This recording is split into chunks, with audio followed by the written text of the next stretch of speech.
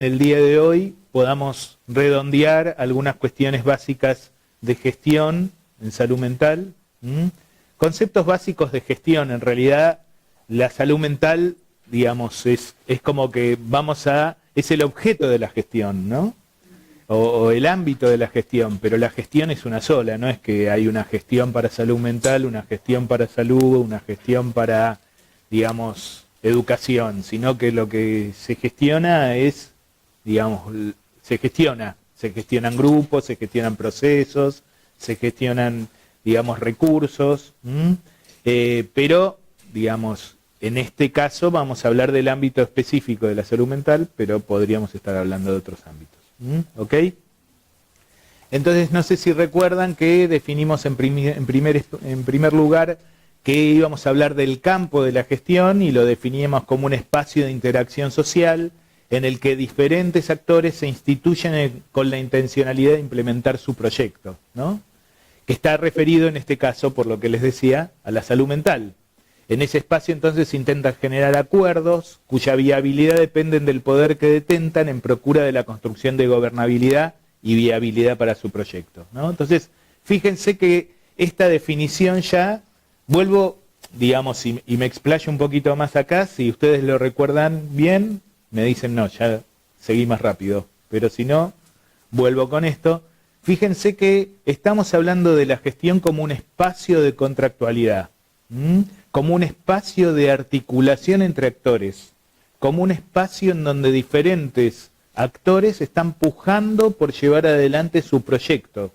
Y su proyecto refiere a la realidad sobre la que intervienen, refiere sobre problemas específicos, o refiere a problemas específicos, e intenta empujar esa realidad para el lado que más les gusta, que más les conviene. Entonces, fíjense que no estamos hablando de administración. Cuando hablamos de administración, en realidad lo que estamos hablando es manejo de recursos. Y esos recursos son recursos que la administración asume que no tienen voluntad. ¿Qué quiere decir que no tiene voluntad? No se oponen al manejo que el administrador hace de ellos. ¿Ok? Y eso en realidad es una visión que no es real. Porque esos recursos los tienen los actores. Y los actores intentan empujar la realidad para donde ellos quieren. Por lo tanto, suelen oponerse a que nosotros usemos los recursos que ellos también están usando. O sea que la gestión no es un proceso solamente de administración de recursos, sino que es un proceso relacional. Entonces, se da en un campo, y cuando hablamos de campo, referimos al concepto de campo de Bourdieu, en donde hay distintas fuerzas que intentan instituir o llevar ese campo en un sentido dado, y hay fuerzas que son instituyentes y fuerzas que son instituidas, ¿no? Aquellas que son más viejas, por decirlo de alguna forma, en ese campo van a tratar de que el campo no se modifique porque ese campo es funcional a sus intereses, y aquellas que son más nuevas en ese campo van a intentar modificarlo. Y esa puja se da en forma constante. Y el campo va a dirigirse, por decirlo de alguna manera, a moverse hacia esa resultante de fuerzas, entre las fuerzas instituidas y las fuerzas instituyentes. Pero hay un proceso de conflicto permanente, por lo tanto, no hay gestión sin conflicto. ¿Por qué? Porque los actores intentan modificar esa realidad.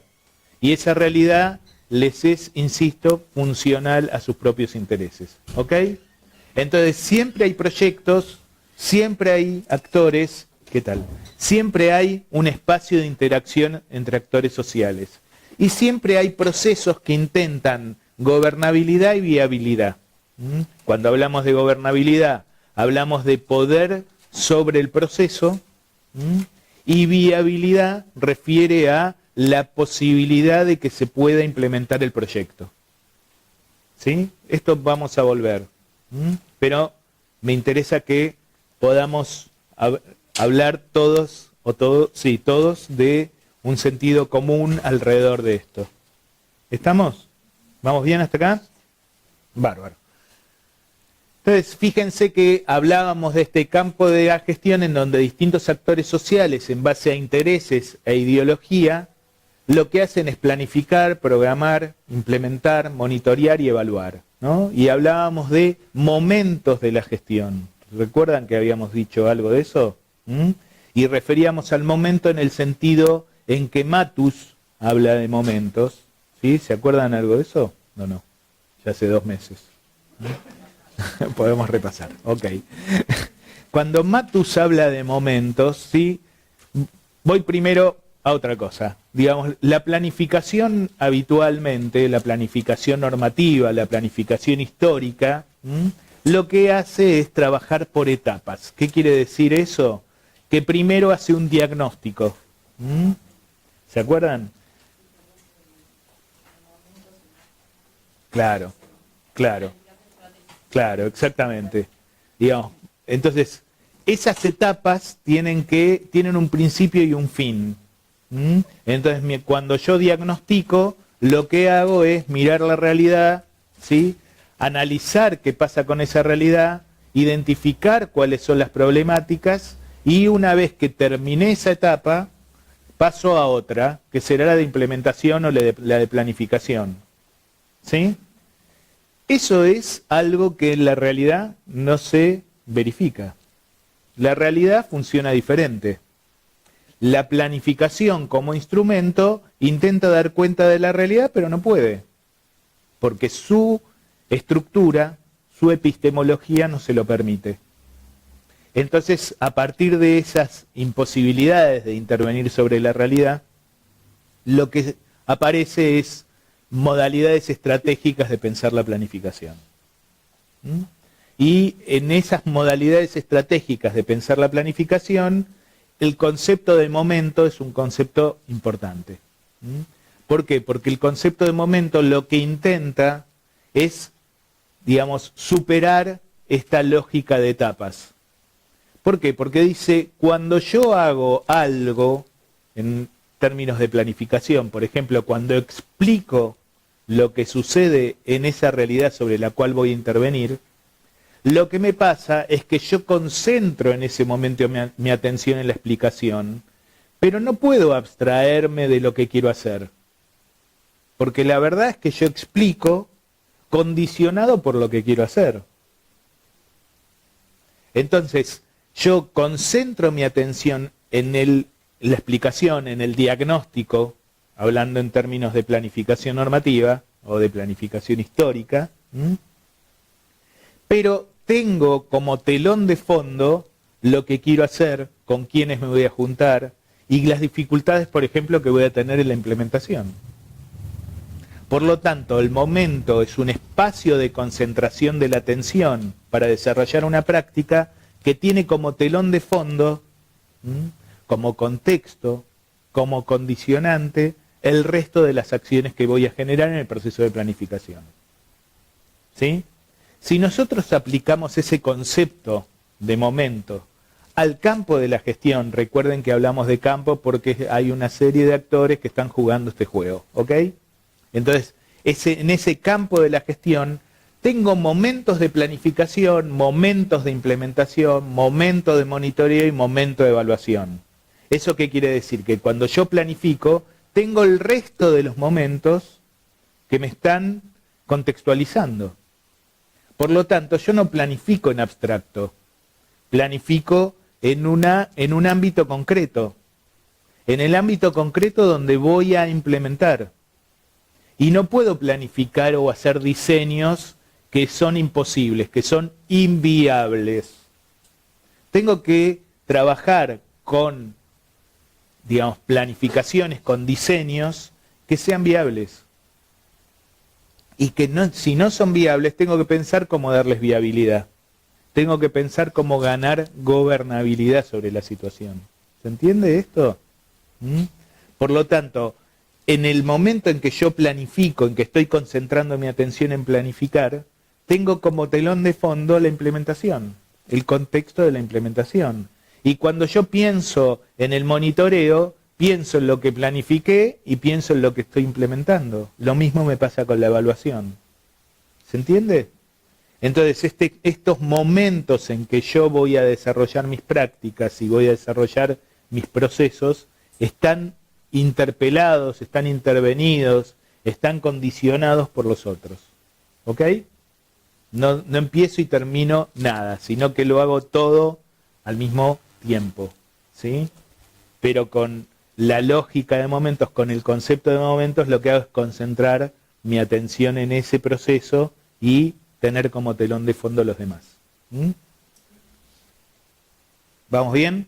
¿Se acuerdan que algo de esto hablamos? ¿Sí? Ok, bárbaro.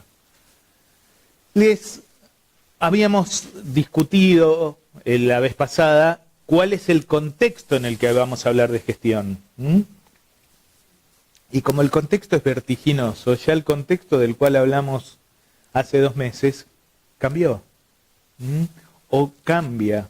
Estamos en proceso de cambio todo el tiempo, ¿sí? Si no estoy haciendo ningún eslogan político en este momento, ¿no? Lo que estoy diciendo es que la realidad es dinámica. La situación donde intervenimos es dinámica. Se está transformando todo el tiempo. En sentidos que queremos y en sentidos que no queremos. ¿Mm? Pero como esto es un juego de actores, los actores empujan. Y como habitualmente nos sucede, nosotros no somos de los actores más poderosos en la situación. Habitualmente somos actores con un poder relativo y muchas veces con una fortaleza técnica, pero no con poder político, por ejemplo. Y en esto vamos a conversarlo más adelante también. Pero esta realidad que se transformó es el contexto en el cual estamos hablando de gestión, ¿no? Y el Estado que le da el marco a nuestros procesos de gestión ya es diferente hoy que hace 2 meses.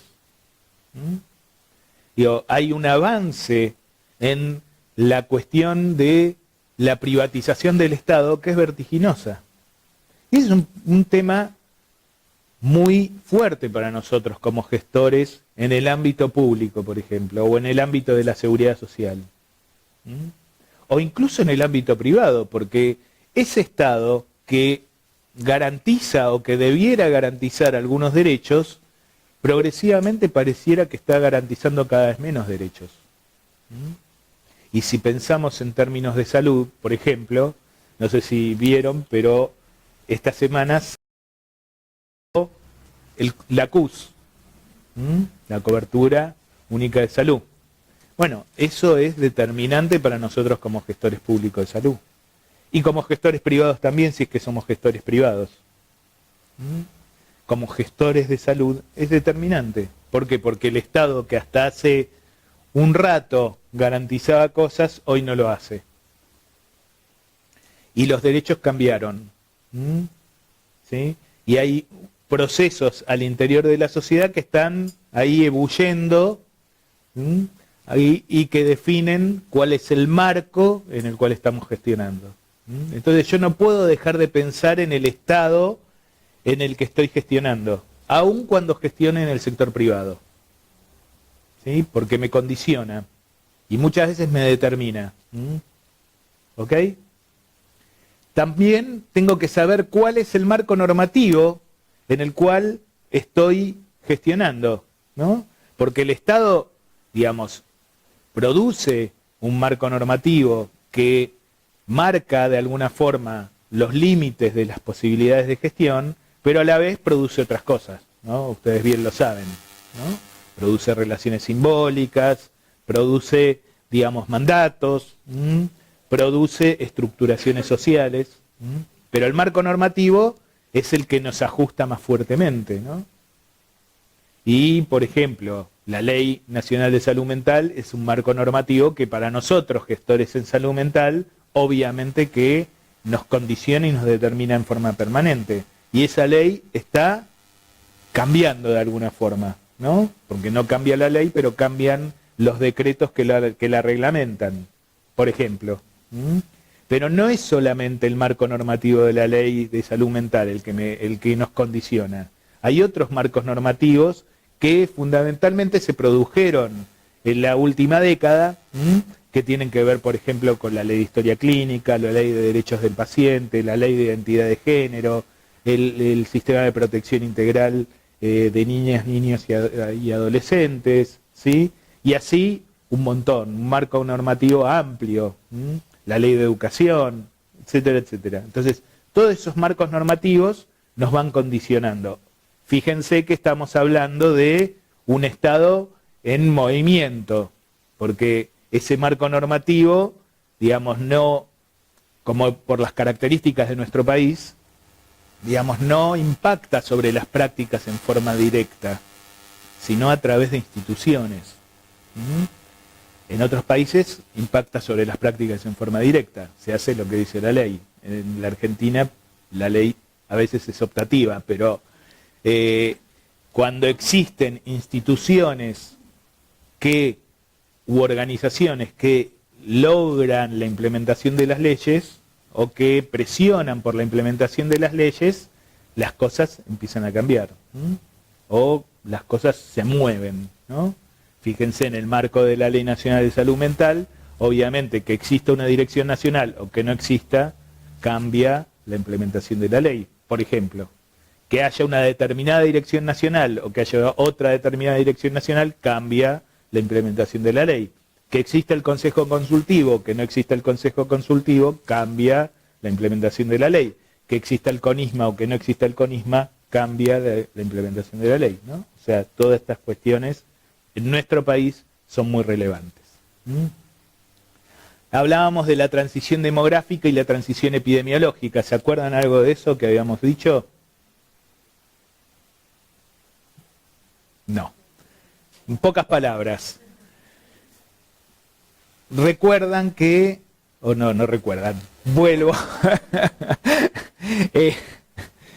Los procesos de desarrollo de las poblaciones impactan sobre las estructuras demográficas y sobre las estructuras epidemiológicas o sobre los perfiles epidemiológicos, ¿sí? Eso para la gestión es fundamental.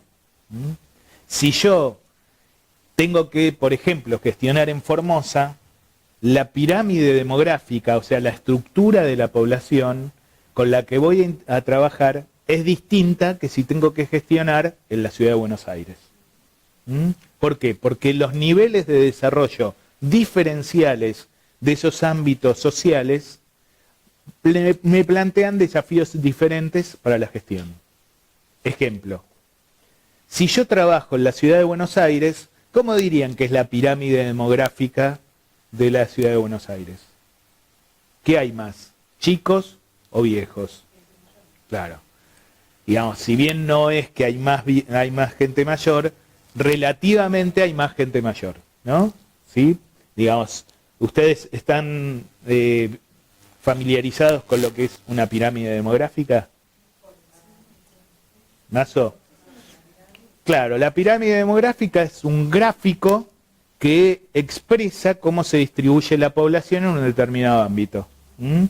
Entonces, actualmente, si uno mira la pirámide demográfica de la ciudad de Buenos Aires, ¿sí?, en la base están los nacimientos y los chicos más chicos, ¿no?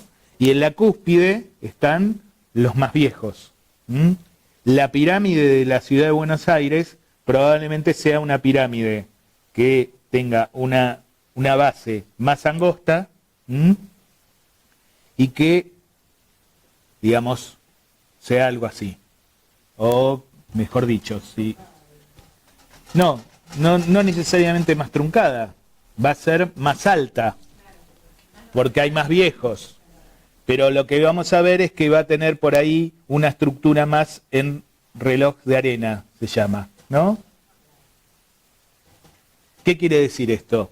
Que tiene una base angosta, o sea, pocos nacimientos, más gente en la edad productiva de la vida y gente acá arriba porque hay más viejos. ¿Sí? Si yo voy al interior de Formosa, lo más probable es que yo tenga una pirámide de este tipo. Una base amplia y no muy alta. ¿Por qué? Porque hay menos viejos y hay más chicos que se mueren más en digamos, a lo largo de su vida. O sea, la expectativa de vida es más baja, la esperanza de vida al nacer es menor, ¿m?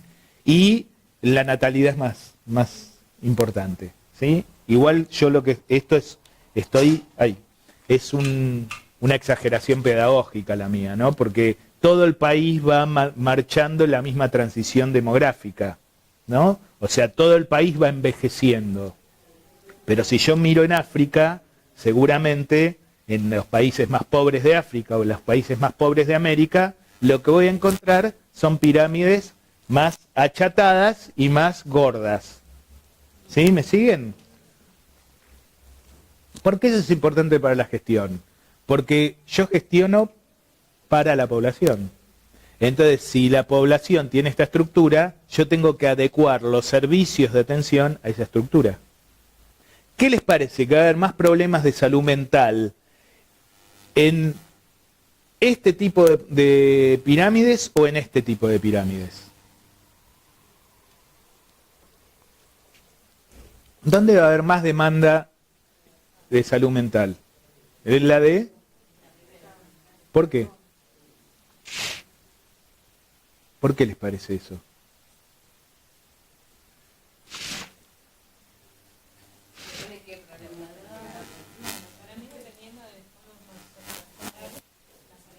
Uh-huh.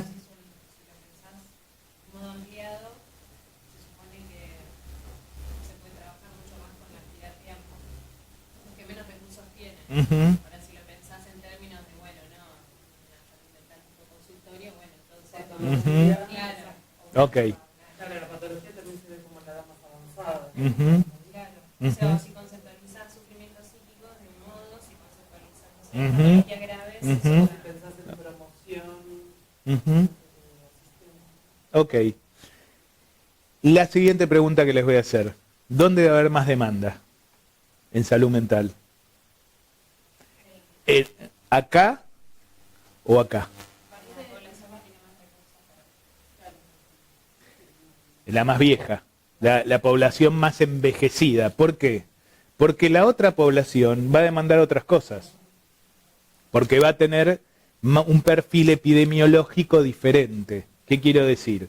Se va a morir mucho más de enfermedades infectocontagiosas y transmisibles y las violencias, que en enfermedades crónicas no transmisibles, en la cual la estructura de atención de la salud mental podría estar más implicada. No quiero decir que no hay problemas de salud mental en los otros perfiles epidemiológicos, sino que Claro, pero la demanda va a ser mayor en las poblaciones envejecidas. en las poblaciones más jóvenes, por ahí lo que aparece más demanda, como de otras instituciones, por ejemplo, del colegio, ¿no? Como con los niños, más en función como de otras instituciones que enfrentan un problema y no tanto a partir de los usuarios. Claro, lo que pasa es que en esas poblaciones que son más atrasadas en términos de desarrollo, no estoy calificando, pero más atrasadas en términos de desarrollo, hay otros problemas de salud que son más acuciantes que los problemas de aprendizaje, por ejemplo. Los chicos se mueren. Entonces, si vos vas al África subsahariana, el problema es comer, ¿no? Después es tomar agua. Después es que los chicos no llegan a término porque las madres, no sé, tienen VIH, por decir algo, ¿no? Y que cuando nacen se mueren en el primer año de vida porque muchos de ellos tienen VIH, por ejemplo. Y además, cuando los destetan, se desnutren y se mueren. O sea, hay una serie de... los perfiles epidemiológicos producen demandas diferentes. Cuando vos ya resolviste todas esas cosas, come todo el mundo tiene acceso al agua, por lo menos, y si es segura, mucho mejor. Tienen acceso a servicios básicos de salud, tienen acceso a vivienda más o menos digna, hay acceso al trabajo más o menos digno. Todo eso determina cambios poblacionales, o sea, una transición demográfica, ¿sí? Aumenta la expectativa de vida, o sea, saben lo que es la expectativa de vida, la esperanza de vida al nacer. Cuando un chico nace, digamos, nadie puede garantizar cuánto tiempo va a vivir, ¿no? Pero en determinado ámbito de desarrollo, lo que se dice es tiene las posibilidades de vivir una X cantidad de años. ¿Saben más o menos cuál es la expectativa de vida al nacer en Argentina? Varía, las mujeres tienen más, los hombres tenemos menos. Los hombres más o menos 75, 78, las mujeres están pasando los 80. ¿Vieron? ¿Y vieron? Y siempre nos matan, ustedes nos matan. No, los hombres todavía, claro, pero los hombres todavía nos morimos más por el trabajo. Por el trabajo. Sí, igual todavía nos morimos más, porque siempre uno tiene una perspectiva para mirar los problemas de salud, que es la personal. Si vos lo mirás en términos generales y no lo mirás en términos de tu clase social, vas a ver que todavía los hombres nos morimos más. Nos morimos más por violencias, nos morimos más por el trabajo, y porque, no sé si ustedes saben, y esto es una digresión al margen, pero nacemos más hombres que mujeres. Sin embargo, al final de la vida hay más mujeres que hombres. Y es un perfil epidemiológico determinado socialmente, como todos los perfiles epidemiológicos. ¿Ok? Pero bueno, la transición demográfica entonces hace que una población se estructure diferente como consecuencia del desarrollo. Y los perfiles epidemiológicos también cambian. ¿Qué quiero decir? Que pasamos de perfiles epidemiológicos en poblaciones que son con menor desarrollo, tiene perfiles epidemiológicos más determinados por las infectocontagiosas y por las enfermedades transmisibles, y las poblaciones que tienen mayor desarrollo tienen perfiles epidemiológicos dominados por las enfermedades crónicas no transmisibles, que son las violencias, las neuro y cardiovasculares, y la salud mental podría, digamos, si uno lo piensa desde la satisfacción de la demanda, podría pensarse en términos de crónicas no transmisibles. ¿Ok? Ahora, como nuestros países, en términos de Mario Testa, son definidos como capitalistas, subdesarrollados y dependientes, y son países, nuestros países, y la Argentina no escapa a esa definición, son países muy heterogéneos e injustos, lo que pasa es que las transiciones no son completas. ¿Qué quiere decir con que las transiciones no son completas? Si nosotros nos tocara gestionar en Suecia, tendríamos que toda la población es más o menos homogénea en términos de transición demográfica y en términos de transición epidemiológica. En la Argentina esto no es así, porque si a mí me toca, por ejemplo, gestionar en San Isidro, tengo que gestionar en el centro de San Isidro o en el bajo de San Isidro, que tiene una estructura similar a Estocolmo, pero también me toca gestionar la Cava, que no voy a decir que es África, porque no es así, pero que sí tiene otra estructura demográfica y otra estructura epidemiológica. Va a ser diferente los problemas, las problemáticas sanitarias que yo voy a tener que enfrentar en la Cava que en el Bajo de San Isidro. Pero resulta que si yo soy gestor en San Isidro, tengo que pensar en las dos cosas. Tengo que pensar en la Cava, ¿sí? A pesar de que muchos no lo hacen, y tengo que pensar en el Bajo de San Isidro. Porque mis políticas de salud tienen que estar dirigidas a toda la población con la cual tengo responsabilidad, o sobre la cual tengo responsabilidad. Y cuando decís que no son completas, con que son justamente, digamos, valga la redundancia, incompletas. ¿Qué quiero decir? Que voy a encontrar distintas pirámides poblacionales en distintos ámbitos territoriales, por ejemplo. ¿Sí? Voy a encontrar, no quiere decir que voy a encontrar esta y esta, pero no voy a encontrar pura esta, o por ahí, si yo voy al Bajo de San Isidro, voy a encontrar una más achatada todavía. ¿Sí? Porque si vos mirás cuántos hijos tiene en promedio la gente que vive en el Bajo de San Isidro, seguramente es menor que el promedio de hijos que tiene la gente que vive en la Cava. Por decir algo, por plantear dos imágenes muy polares. Digo, hay variables que interfieren en ese análisis, pero, digamos, si querés, pensemos, ¿cómo?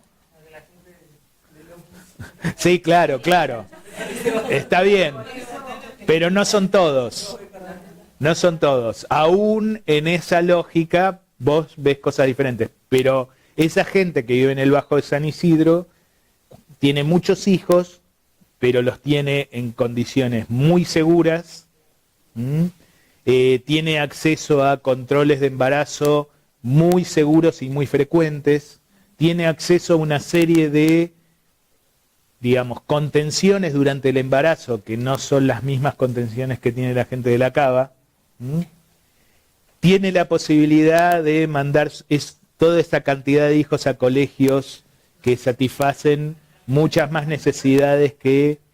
¿Se entiende? O sea, el contexto social, por más que tengan muchos hijos, por más que la pirámide sea diferente, igual, digamos, puede ser que sea un poco más ancha, pero va a seguir teniendo esta estructura y probablemente sea incluso más alta. ¿Sí?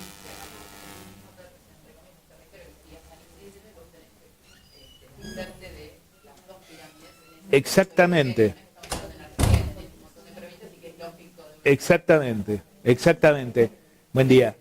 Y es probable que si yo tengo que trabajar, si yo soy, suponete que mañana San Isidro siga los pasos de Cataluña y Boulogne se independice, ¿no? Si yo soy, Bueno, por eso, si yo fuese el secretario de salud de Boulogne, también tendría este problema, porque seguramente hay partes de Boulogne que son más históricas, que tienen mejores condiciones de vida y tienen una estructura distinta que él acaba, por decir algo. Digo, sin necesitar que se independice Boulogne, si yo tengo que, por ejemplo, gestionar el Lugano en la ciudad de Buenos Aires, voy en el centro de Lugano, tengo una estructura muy vieja, poblacional, porque la gente que vive ahí es gente que tradicionalmente vivió en la zona, gente mayor, etcétera, etcétera, y tengo al lado las villas. ¿Se entiende? Entonces, en ese sentido decimos que las transiciones son incompletas, que hay parches. Y eso que se ve a nivel demográfico, se ve a nivel epidemiológico también. Porque ahí yo tengo problemas nutricionales en los chicos. Si yo miro, por ejemplo, a los chicos en su espectro nutricional, seguramente en el Bajo de San Isidro no voy a tener casi ningún chico con problemas nutricionales, ni en más ni en menos. ¿Qué quiero decir? Voy a tener... Está bien, pero es muy chiquitita. Es muy chiquitita. Hay que ver cuál es el impacto que tiene a nivel poblacional de la zona. Pero seguramente yo ahí no voy a tener mucho sobrepeso ni obesidad en los chicos y seguramente no voy a tener baja talla, que es la desnutrición moderna en los chicos. Si voy a la Cava, voy a tener sobrepeso, obesidad y baja talla. ¿Se entiende? Entonces, voy a tener distintos perfiles epidemiológicos y distintos perfiles demográficos según los niveles de desarrollo de cada uno de los ámbitos. Pero es como poner el zoom. Cuanto más zoom ponga, más diferencias encuentro. Eso en Estocolmo no me pasaría.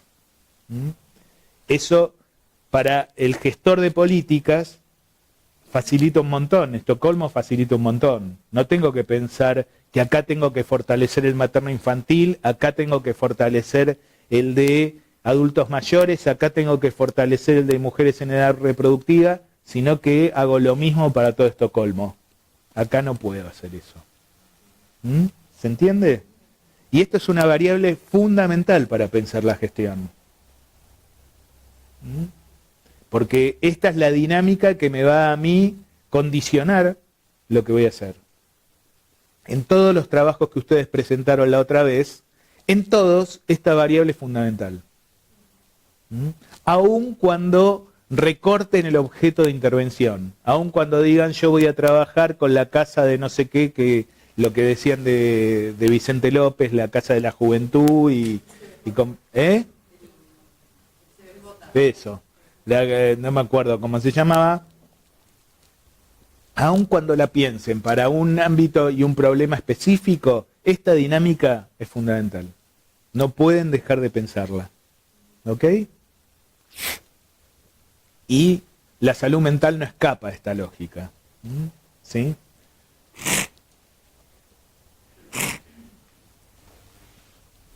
Bueno, seguimos. La reforma de los sistemas de salud y programas que inciden sobre los modelos de atención, gestión y financiamiento. ¿Qué vendrá con la CUS? Había puesto hace 2 meses. Ya vino la CUS, ¿no?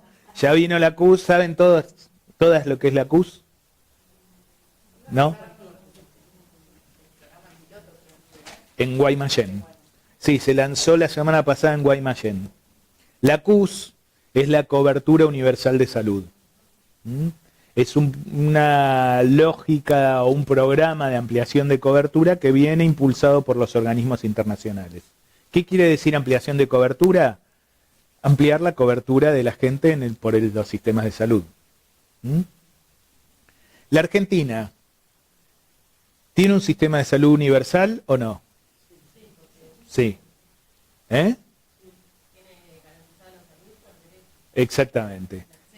Exactamente. Desde el 46 a esta parte, digamos desde Carrillo a esta parte, lo que se define es la salud como derecho de todos. Si bien la Constitución Nacional no dice que la salud es un derecho, y no sé si esto ya lo hablamos, ¿no? No dice la Constitución Nacional que la salud es un derecho, sino que reserva a la salud como uno de los derechos de los consumidores, ¿no? Y eso es toda una definición, y no es casual que esa Constitución se haya reformado en 1994. Sin embargo, la Constitución incorpora los tratados internacionales como parte de sí misma, digamos, ¿no? Tienen rango constitucional, y esto seguramente lo leyeron varias veces con el tema de Santiago Maldonado, que de paso preguntamos dónde está. Pero con lo de Santiago Maldonado, varias cosas se plantean que el Estado Nacional tiene que cumplirlas porque tienen rango constitucional, porque están incorporadas en la Constitución por la reforma del 94. Entonces, la salud no es un derecho, pero está incorporada en la Declaración de Derechos Humanos y por lo tanto la salud es un derecho. Y varias de las constituciones provinciales dicen que la salud es un derecho y una obligación del Estado proveer a ese derecho. Por ejemplo, la provincia de Buenos Aires lo dice en su constitución. ¿Ok? Eso es una consecuencia de lo que se definió en el 46. Salud como derecho. Antes del 46 la salud no era un derecho. La salud era un bien de consumo. ¿Ok? Por lo tanto, la CUS, la Cobertura Universal de Salud, dice que va a cubrir a 15 millones de personas que teóricamente, dice la CUS, no tienen cobertura de salud, lo cual es falso. Porque tienen la cobertura pública de salud. No tienen una cobertura privada de salud, pero tienen una cobertura pública de salud. Distinto es la discusión sobre el acceso, ¿no? Perdón, y sí. Además habla de un número, ¿no? Como que eso ya dice también. ¿Cómo de un número? 15 millones. Ah, 15 millones. Digo, en realidad, que todos, hasta los que tenemos una prepaga, tengamos derecho al acceso al sistema público de salud, también nos garantiza ciertas prestaciones de parte del sistema privado. Por supuesto, por supuesto. En cambio, cuando solamente acceden al sistema público 15 millones, también el resto probablemente tengamos que pagar más o más cosas, digamos, ¿no? Sí, igual lo que hace es asentarse en una falacia, digamos, en una construcción ideológica, ¿no? O sea, ideológica en el sentido marxista del término, ¿no? Ideológico como falsa conciencia, ¿no? O sea, genera una conciencia falsa que es que los 15 millones de habitantes, y en realidad los 40 y pico que somos, todos tenemos cobertura de salud porque el sistema público es universal, o sea, nos cubre a todos. Si mañana o yo salgo a la calle y me piso un auto, me van a llevar al hospital de San Isidro, que es público, y por lo menos las primeras atenciones me la van a hacer. Después, como es un público raro, me van a derivar si no vivo acá. Pero eso pasa justamente porque la Argentina es un país sin ley. Porque, digamos, eso no podría pasar, teóricamente. Pero no me voy a meter en eso porque si no voy a hablar de otra cosa y no de lo que tengo que hablar. Por supuesto. Por supuesto. Ajá. Así es. Pero hay, justamente como la cobertura es universal, me llevan. Esto no pasa en todos lados. Hay lugares del mundo donde esto no sucede, sin ir más lejos, Estados Unidos, que tiene un sistema de salud que no es universal, que es un bien de mercado. Okay. Pero hay otros países que no son Estados Unidos, no quiero decir que Estados Unidos haya acceso a la salud, porque no hay acceso a la salud. Pero hay otros países más pobres, donde tampoco hay acceso a la salud por una cuestión de imposibilidad del Estado de brindar servicios de salud a todos, a pesar de que por ahí quieran hacerlo. Hay países que han avanzado mucho, por ejemplo Bolivia, en la cobertura de salud, pero hasta hace poco tiempo Bolivia no lo tenía. O Brasil hace 40 años. Sí, estoy hablando de hace 40 años, parece un montón, pero no es nada en términos históricos. U otros países más pobres. Entonces, ¿qué se planteó? Cobertura universal de salud, como dar algunas cosas a todo el mundo. ¿Para qué? Para ampliar la cobertura. Eso en países donde no había cobertura es buenísimo. En países donde ya hay cobertura, como la nuestra, es muy malo. Porque ¿qué significa? Que te van a restringir la cobertura, no que te la van a ampliar. Paradójicamente, la cobertura universal plantea restringir la cobertura, ¿no? Entonces, por eso lo que se lanzó en Guaymallén como experiencia piloto implicó credencializar a los que no tenían cobertura privada. ¿Qué quiere decir? Darles un carné.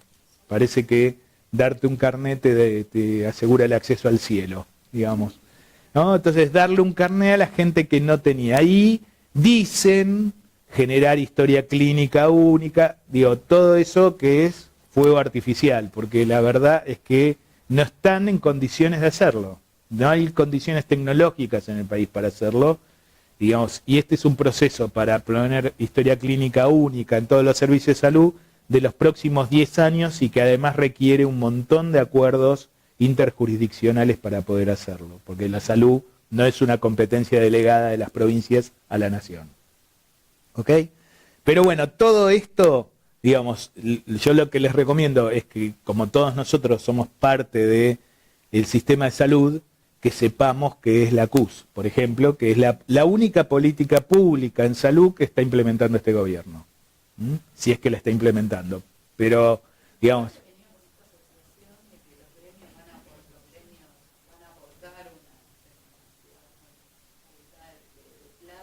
Sí, no es muy abultada. Es mucha plata, pero no es muy abultada, claro, claro.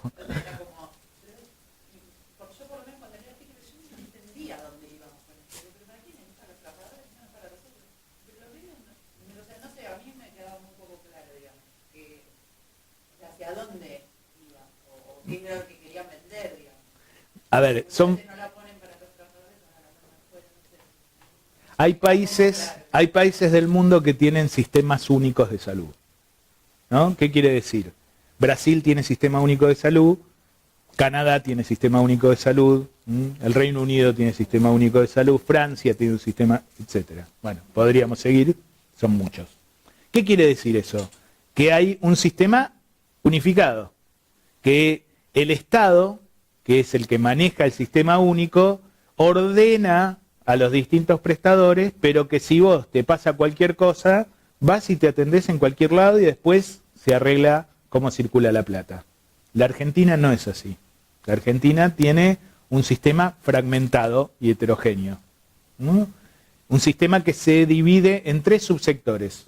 Digo, estoy yéndome un poco, pero esto es gestión, digamos, porque esto es parte de lo que ustedes tienen que conocer para poder gestionar. No, y es el contexto y el texto, digamos, porque uno gestiona en un sistema de salud concreto. Entonces, nuestro sistema tiene 3 subsectores: el público, el privado y el de la seguridad social. ¿Mm? El de los trabajadores es el de la seguridad social, ¿no? Y es parte de lo que se creó como estado de bienestar durante el peronismo, ¿no? O sea, el estado de bienestar aseguraba la seguridad social.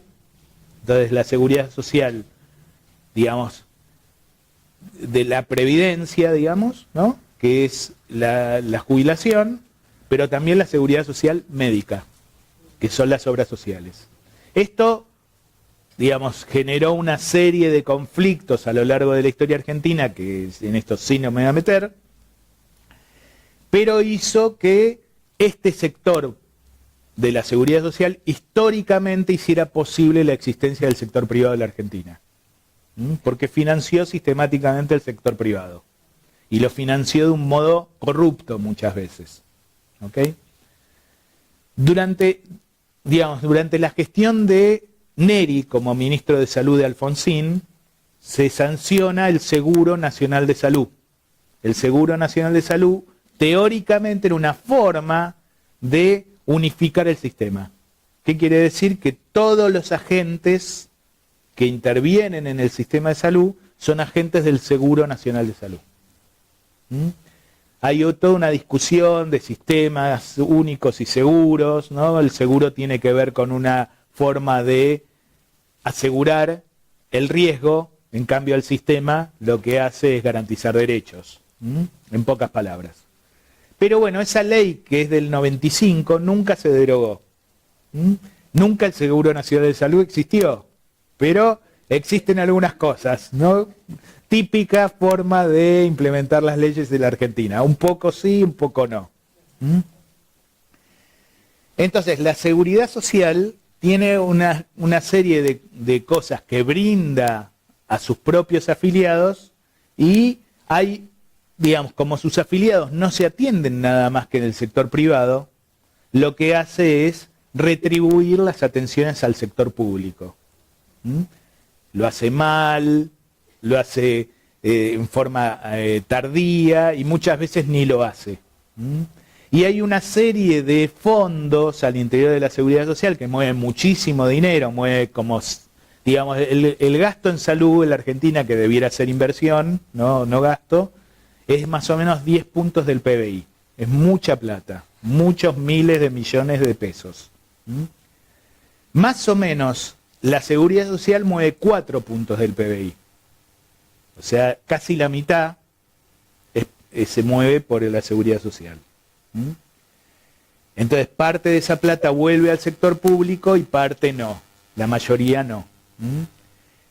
Lo que acordaron con los gremios es que parte de una deuda que hay por un fondo solidario entre la seguridad social, como el Estado se la debía, digamos, una parte acordaron que va a ir a programas de prevención en el contexto de la CUS.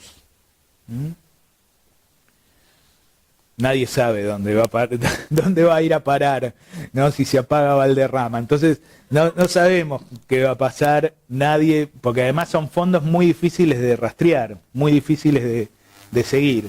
Pero nadie sabe dónde van a ir a parar, pero no es plata de los trabajadores exclusivamente, digamos, ¿no? O sea, es plata que los trabajadores también consumen en el sector público, porque, digamos, muchos trabajadores, sobre todo de las obras sociales más pobres, se atienden en el sector público.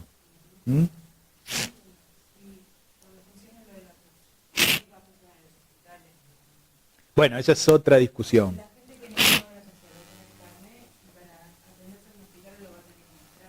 Claro, lo que pasa es que todo... Claro, sí, no es nada.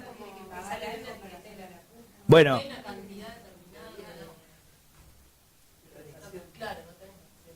claro, por eso, las canastas básicas, ¿no? Y las coberturas universales lo que prevén son una cobertura limitada. O sea, yo les digo a todos ustedes, ¿cuántos de acá, supónganse que ustedes fueran la nación argentina, ¿sí? Yo les pregunto, ¿cuántas de ustedes no tienen cobertura? Entonces levantan la mano la mitad. No tener cobertura es estar atendido por el sector público en la Argentina, porque, insisto, todos tenemos cobertura. Entonces digo, bueno, para darle cobertura a la mitad que no tiene, lo que vamos a hacer es decir, bueno, a todos, a todas, les vamos a dar una canasta básica de servicios. ¿Qué quiere decir? Que yo les voy a cubrir algunas cosas y otras no. Exactamente. Porque el sistema de salud es universal. Y el sistema de salud de la Argentina no tiene límite. O sea que la limitación es de acceso, no de garantía. Entonces, detrás de la CUS lo que hay es una restricción del menú prestacional. Chile hace eso, por ejemplo. Chile tuvo un sistema único de salud antes de Pinochet. Pinochet se lo llevó puesto, como se llevó puesto un montón de cosas en Chile, y después creó un sistema, digamos, muy heterogéneo y muy injusto. Y poco a poco fueron ampliando la cobertura. Y tienen canastas básicas, servicios esenciales. ¿Sí?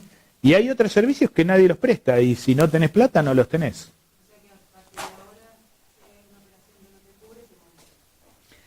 Bueno, depende tu capacidad de demanda, porque ahí entran las contradicciones propias del sistema.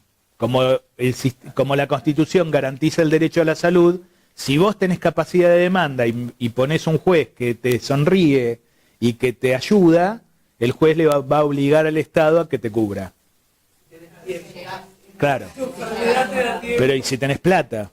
Porque ¿cuánta gente accede a la justicia en este país? Muy poca.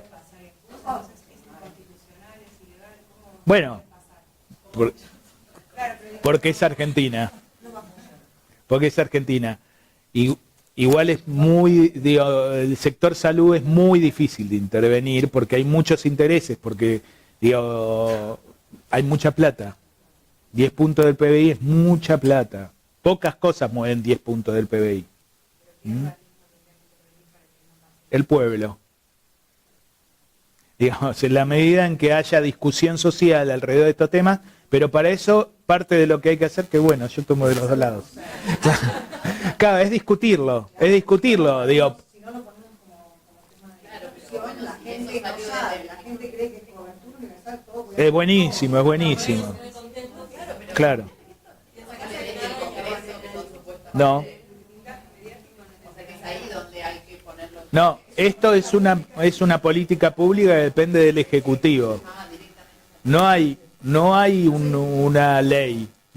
Por ahora no hay una ley de cobertura única universal de salud. No necesariamente.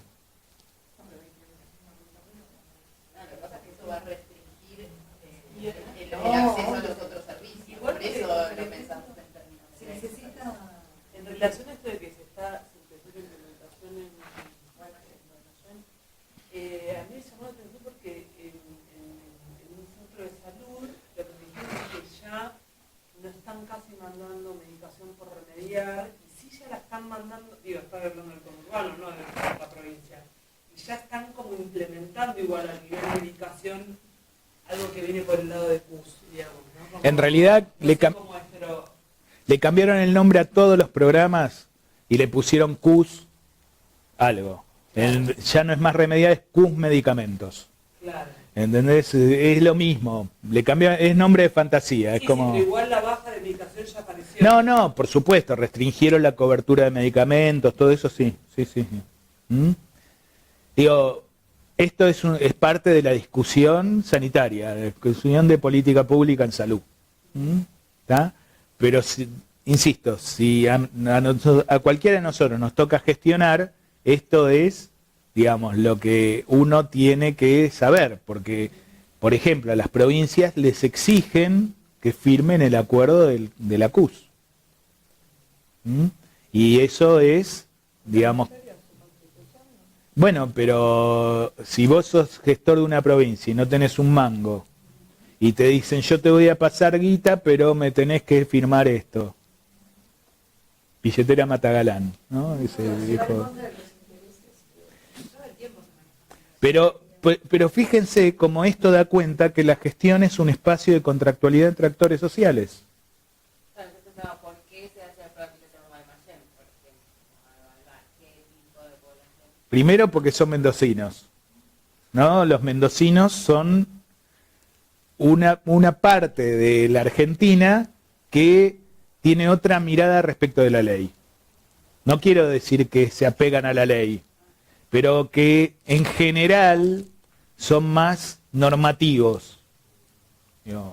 En general, los mendocinos cumplen un poquito más la ley que otros. No quiere decir que la cumplan, porque igual desaparece gente, igual matan pibes la policía. Hay partes que cumplen, igual los presos viven en condiciones recontra inhumanas, ¿no? Hay partes que cumplen más, partes que cumplen menos.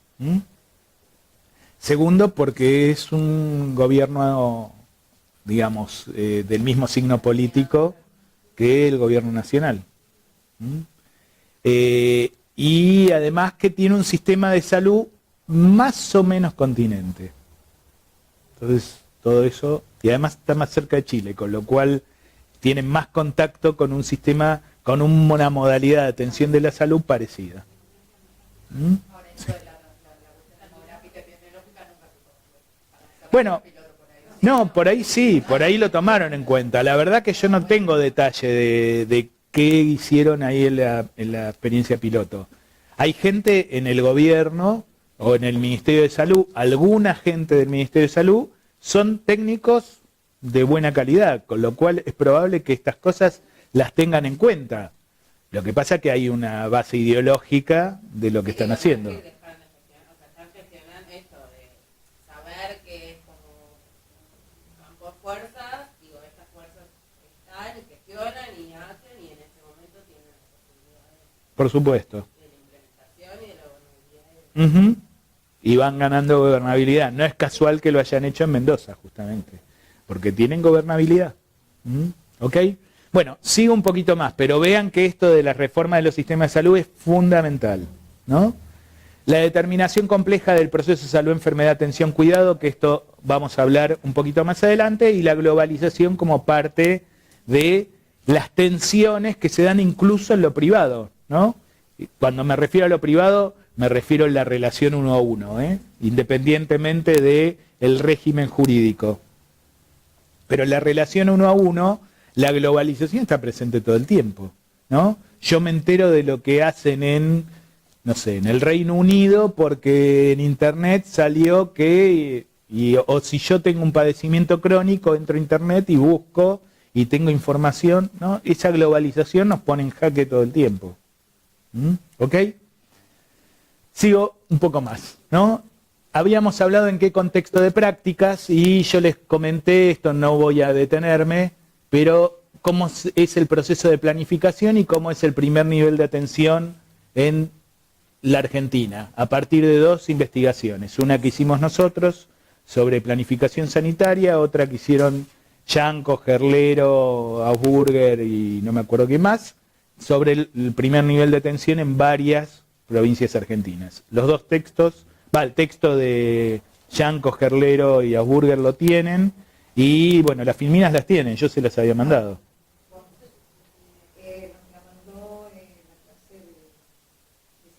Pero yo se las había mandado, Bueno, si no se las mando de vuelta. Se las mando de vuelta, no hay problema.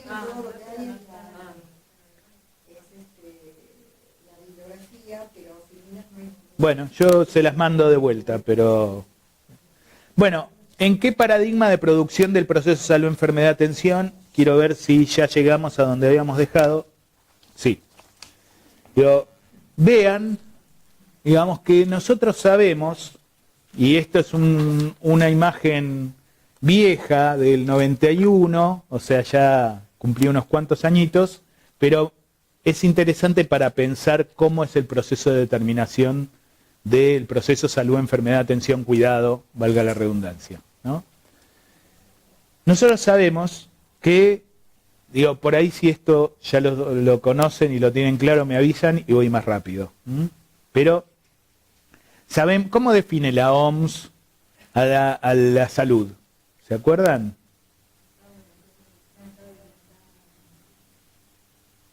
Es el estado de completo bienestar biopsicosocial y no solamente la ausencia de enfermedad. En pocas palabras, ¿no?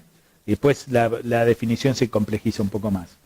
Esto, ¿se acuerdan de cuándo es? ¿Cuándo definió la OMS esto? Antes. Antes. Esto está en la Constitución de la Organización Mundial de la Salud, que es de 1946. Claro, como todo el complejo de Naciones Unidas que surge después de la Segunda Guerra Mundial. Entre ellos la Organización Mundial de la Salud, no la Panamericana, que es previa.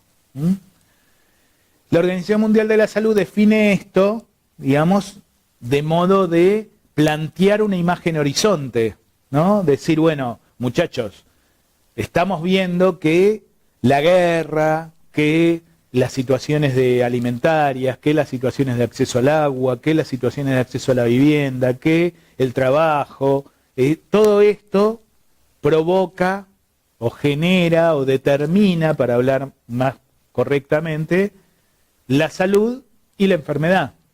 Dice, pero salud y enfermedad no son dos imágenes polares. Acá hay un proceso, porque hay toda una cuestión, digamos, subjetiva de producción de salud, y además distintos grupos poblacionales tienen distinta perspectiva o distinta ideología o distintas percepciones respecto de la salud.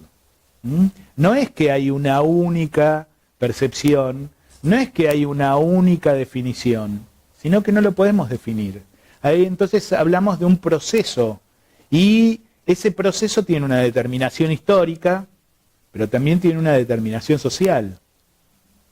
No hay una determinación biológica como plantea, o como siguen planteando las corrientes positivistas y como planteaban en ese momento histórico, sino que hay que pensar en términos de determinación social. Esto que para nosotros es ya una obviedad a esta altura, y es una obviedad porque lo pensamos así, no es una obviedad social. Me refiero a una obviedad para todo el mundo. No es un concepto asumido públicamente y universalmente, sino que hay distintos grupos que siguen pujando para decir no, esto no es así. Si bien lo social tiene que ver, digamos, lo biológico es determinante, ¿no? Todo el paradigma de las neurociencias plantea, o algún paradigma de las neurociencias plantea esto. La psiquiatría plantea bastante esto. Y si no hay una discusión político-ideológica en el medio, siguen planteando esto. Nuestras prácticas muchas veces sostienen esto, ¿no? Cuando nosotros, por ejemplo, discutimos si esto es promocional o es preventivo, y si no, si ya ahora tengo que pasar a la atención o cuando meto la rehabilitación, estamos contradiciendo este paradigma, contradiciendo el paradigma de la determinación social, porque el paradigma de la historia natural de la enfermedad es el que prevé distintos momentos o distintas etapas para poder intervenir sobre el proceso salud-enfermedad, que tienen que ver con lo preventivo, lo curativo y la rehabilitación. Ese paradigma es el paradigma de la historia natural de la enfermedad, que dice que el huésped se encuentra con un agente, el agente se desarrolla en el huésped, produce la enfermedad, y después las secuelas de esa enfermedad se resuelve o por la muerte o por la recuperación, y las secuelas tienen que ser rehabilitadas. Ese es el paradigma de la historia natural. Y los sistemas de salud siguen fortaleciendo eso, porque una cosa es la prevención, otra cosa es la atención y otra cosa es la rehabilitación. Vean que por más que decimos que la salud es un proceso determinado socialmente y no solamente la ausencia de enfermedad, y tiene que ver con el bienestar, y tiene que ver con todas esas cosas que nosotros decimos, ¿no?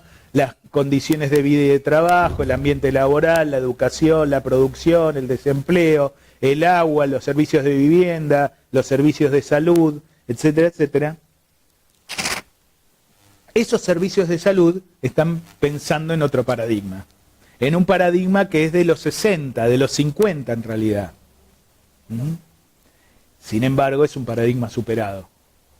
Pero si nosotros no pensamos todo el tiempo en esto, lo que hacemos es reproducir el otro. Si nosotros pensamos en que efectivamente el sujeto que está acá es intervenido por las condiciones generales y los procesos de salud, enfermedad, atención y cuidado, o sea, los procesos que conservan la salud, pero que a la vez producen la enfermedad, y que hacen viable el acceso a los cuidados o la producción de cuidados, ¿sí?, que vienen determinados desde las condiciones generales a las condiciones subjetivas, y mediados por los colectivos, por las redes sociales y comunitarias. Por eso seguimos usando este esquema, porque nos permite pensar en cómo las redes sociales y comunitarias son las que median las intervenciones más generales, o median los determinantes más generales. ¿Sí? Y cuando referimos a los determinantes, también nosotros queremos discutir eso y decir, ojo, cuando nosotros hablamos de la vivienda como determinante, en algún sentido biologizamos la vivienda. ¿Qué quiero decir? Si yo digo, estas personas viven hacinadas, casi que biologizo el hacinamiento. ¿Por qué? Porque digo, si el hacinamiento casi es un agente, y el hacinamiento en realidad no interviene en el proceso salud, enfermedad, atención, cuidado, solamente porque la gente está muchada en el domicilio, sino que el hacinamiento es una evidencia de una situación social. Sí, y además, como no sé cómo decirlo, pero como que hay cierto discurso que supone que a ellos, ¿no?, les pasa que se amuchan y que hacen esto y que hacen esto otro, como que también tuviese que ver como con una característica innata de la población que es vaga, que no sé qué, ¿no? Como... Sí, sí, sí.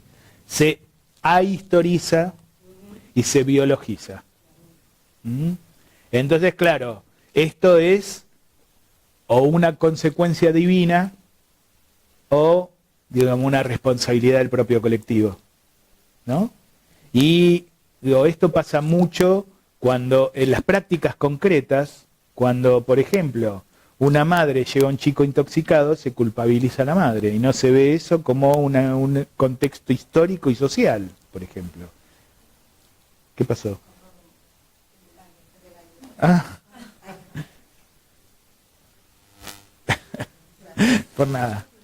Entonces, este contexto a mí me impacta sobre la gestión. ¿Por qué? Porque yo, si me toca gestionar los servicios de salud, no puedo gestionar nada más que los servicios de salud para dar cuenta del proceso de salud, enfermedad, atención, cuidado. Porque si yo asumo que hay un proceso de determinación social, necesariamente tengo que buscar la intersectorialidad para intervenir sobre salud.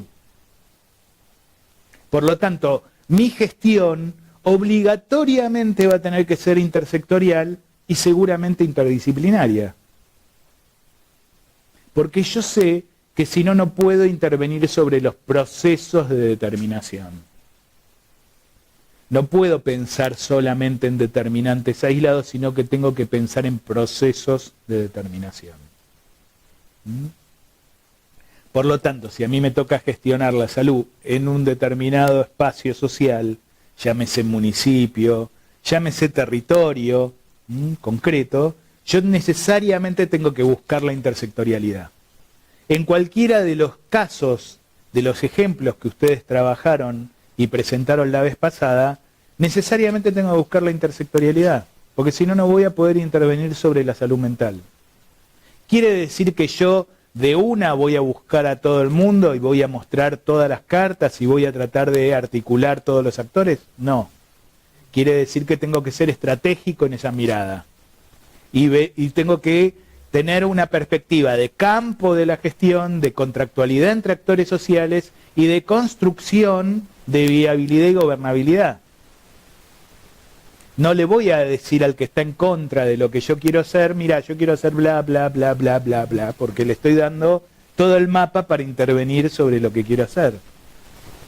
Entonces tengo que pensar estratégicamente los modos en que voy a articular los procesos de gestión. ¿Vamos bien? Porque tengo que intervenir sobre este complejo social. ¿Sí? Ok. ¿A las 11 les parece que paremos a hacer un pequeño intervalo? O ustedes díganme, ¿qué tal? Listo. Entonces seguimos hasta las 12. Listo, yo no tengo problema. Ustedes, si no me bancan más, me avisan y paramos un cachito. Bueno. Ah, sí, ahí veo. Superamos la hora de emisión, me puso.